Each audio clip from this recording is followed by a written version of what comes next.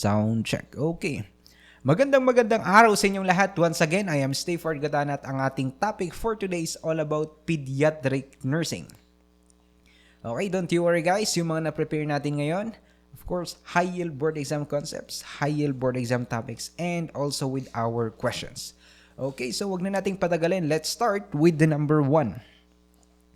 Nurse Kevin reviews the record of an infant and notes that the primary healthcare provider has documented a diagnosis of suspected Hirschsprung's disease. So Hirschsprung's disease daw. Okay, the nurse reviews the assessment findings documented in the record, knowing that which sign most led the parent to seek healthcare for the infant. A. Projectile vomiting. B. Regurgitation of feedings. Letter C. Diarrhea. And letter D. Foul-smelling ribbon-like stool. So, i-discuss muna natin ano ba ang Hirschsprung's disease.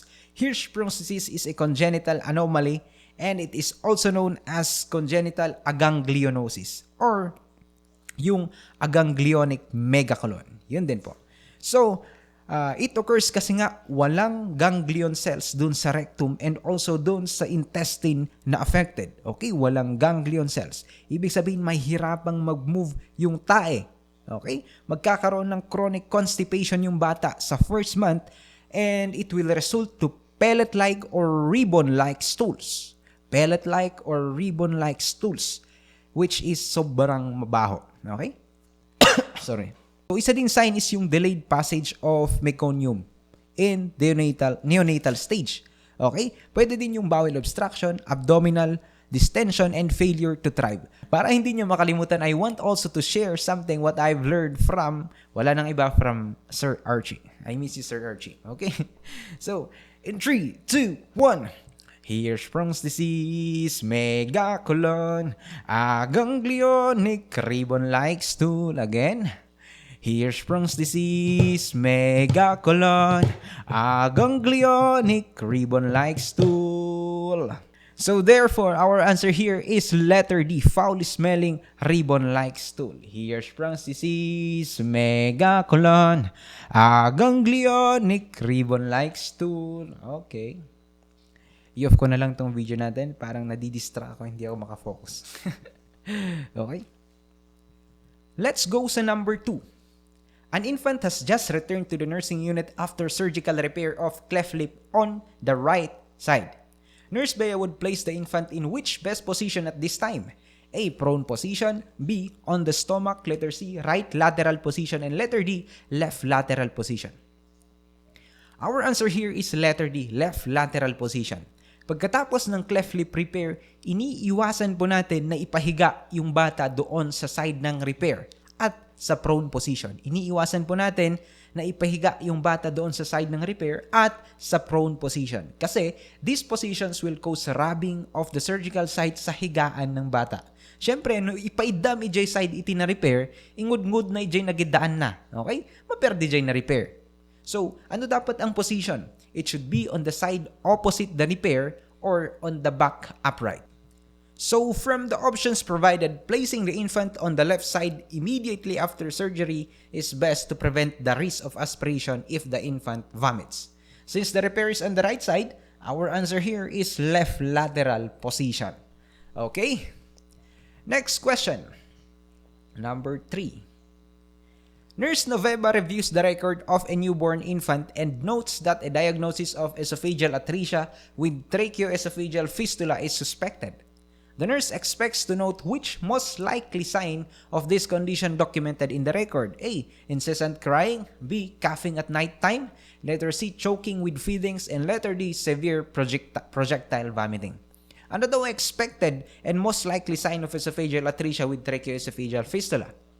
Our answer here is letter C. Choking with feedings kasi nga wala nang dadaanan yung pagkain papunta sa stomach. As you can see sa picture. Nakikita niyo naman. The esophagus terminates before it reaches the stomach, ending in a blind pouch, and a fistula is present that forms an unnatural connection with the trachea. Okay? Meron pala tayong 3 C's. Coughing, choking with feedings, and unexplained cyanosis. So kung merong ganito yung bata, it will be suspected to have tracheoesophageal fistula. Again, wag po natin kakalimutan yung 3 C's.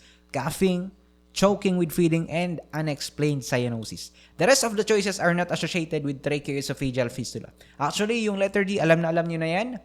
Severe projectile vomiting, that is for pyloric stenosis. Okay?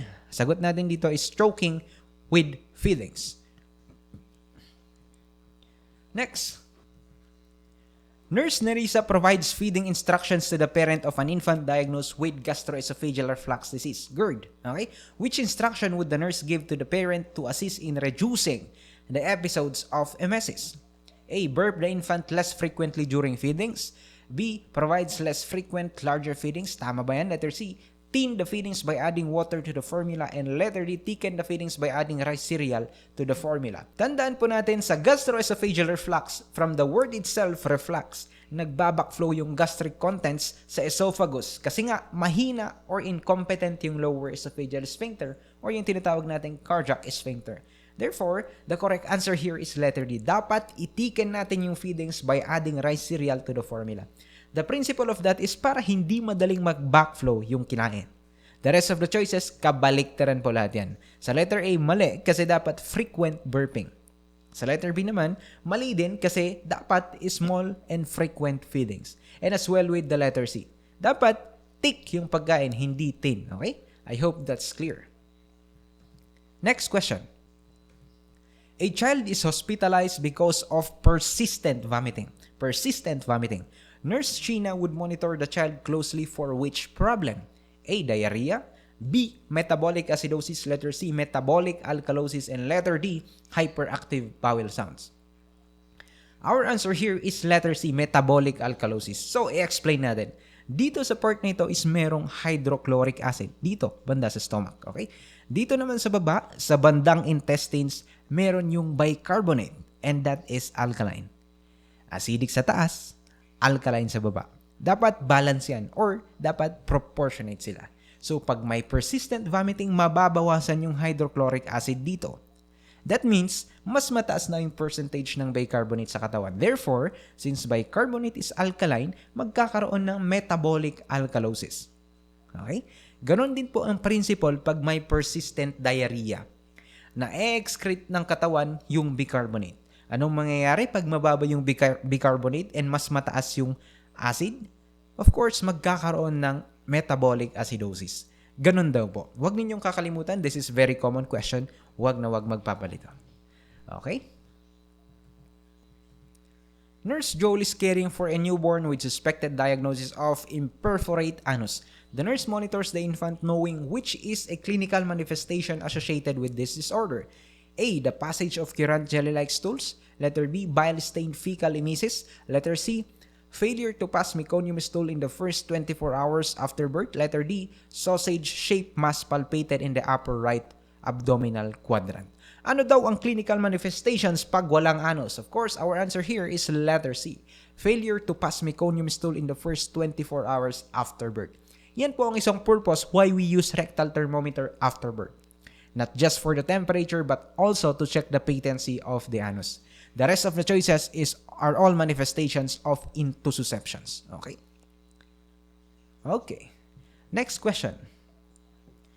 Nurse Noveva admits a child to the hospital with diagnosis of pyloric stenosis. Pyloric stenosis. On the assessment, which data would the nurse expect to obtain when asking the parent about the child's symptoms? Okay, so pyloric stenosis daw. Ano daw yung symptoms? A. Watery diarrhea. B. Projectile vomiting. Letter C. Increased urine output. And yung letter D. Vomiting large amount of bile. This is a very easy question kasi I am sure palagi ninyong naririnig yan. For pyloric stenosis, our answer here is letter B. Projectile vomiting. Other manifestations of pyloric stenosis are irritability, hunger and crying, syempre gutom yan, constipation and signs of dehydration, including decrease in urine output. Syempre, wala masyadong na-absorb yung katawan kasi vomit siya ng vomit. Of course, mababawasan ng urine output. Magkakaroon ng dehydration, constipation, and hunger and crying. Okay? Ganun po. Kasi nga, naibabamit din niya yung kinakain niya. Okay? Next question.